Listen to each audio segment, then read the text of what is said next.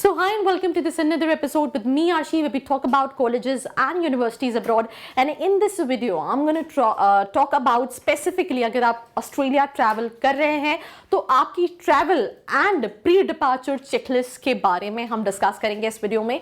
So let's get started. जहां पे सबसे पहली चीज दो major requirements what you need to have, that is confirmation of enrollment, that means your admission letter, acceptance letter, and दूसरा student visa. इसके बिना you cannot travel out of your country. So these are the two important things what you need to carry. उसके अलावा भी कुछ और चीजें हैं what you need to keep you on your mind, and it should be there in your pre-departure list, checklist. Now talking about passport, must be valid for at least 6 months prior to your arrival in Australia, right? You also have to keep the hard copy of your passport. Then उसके अलावा proof of vaccination if required या फिर asked for. Visa must have a valid visa for entering this to and studying in Australia.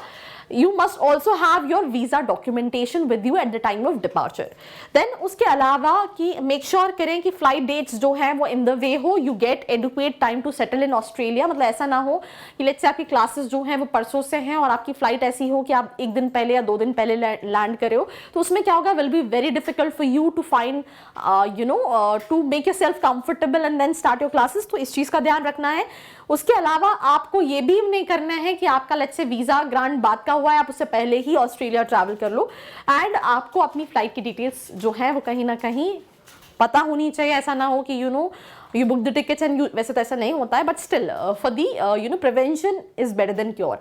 Now check the requirements of your arrival city, जहाँ पे आप जिस city में जा रहे हैं, और in Australia and your destination उसकी क्या रिक्वायरमेंट्स है पहले तो वो आपको पता होना चाहिए.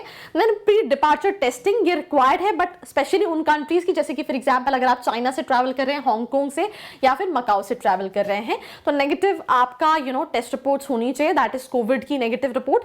इन एडिशनल अगर आप ओवरस्ट्रीट स्टूडेंट हैं तो health cover which is called OSHC you should also consider travel insurance as well.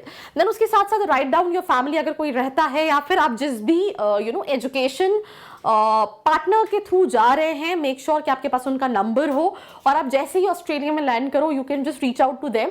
उसके अलावा कुछ और इंपॉर्टेंट चीज है, लेट्स से अगर आप अभी सिर्फ प्रोसेस में हो, you thinking about Australia to travel और you need any help in terms of what universities to apply, तो उसके लिए भी नीचे एक फॉर्म का लिंक दिया है जो फिल करके आप डिटेल्स ले सकते हैं. वैसे तो एयरपोर्ट पे मनी एक्सचेंज काउंटर्स होते हैं, पर मेक श्योर कि आप इंडिया से ही ऑस्ट्रेलियन करेंसी लेके जाएं चेंज करा के, बिकॉज वो कहीं ना कहीं आपके लिए बेनिफिशियल होंगे. उसके अलावा मेक श्योर कि आपने जो अकोमोडेशन है वो प्री बुक्ड कर रखा है. ऐसा ना हो कि आप वहां जाओ and then you started searching for all these apartments.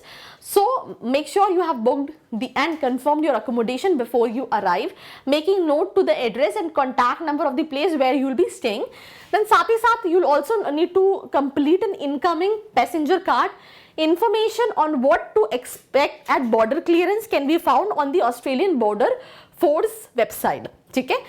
Inform your education provider of your address within 7 days of arriving in Australia, just in case you need any help at any point of time, because आप एक दूसरी country में travel कर रहे हो and उसमें क्या है, बहुत सारी चीज़ें हैं, हम चीज़ों को लेकर उतना यूज टू नहीं है. So we should have somebody to reach out and that is something which you need to keep in your mind. Now आप क्या चीज़ नहीं कैरी कर सकते हैं वो आपको समझना है.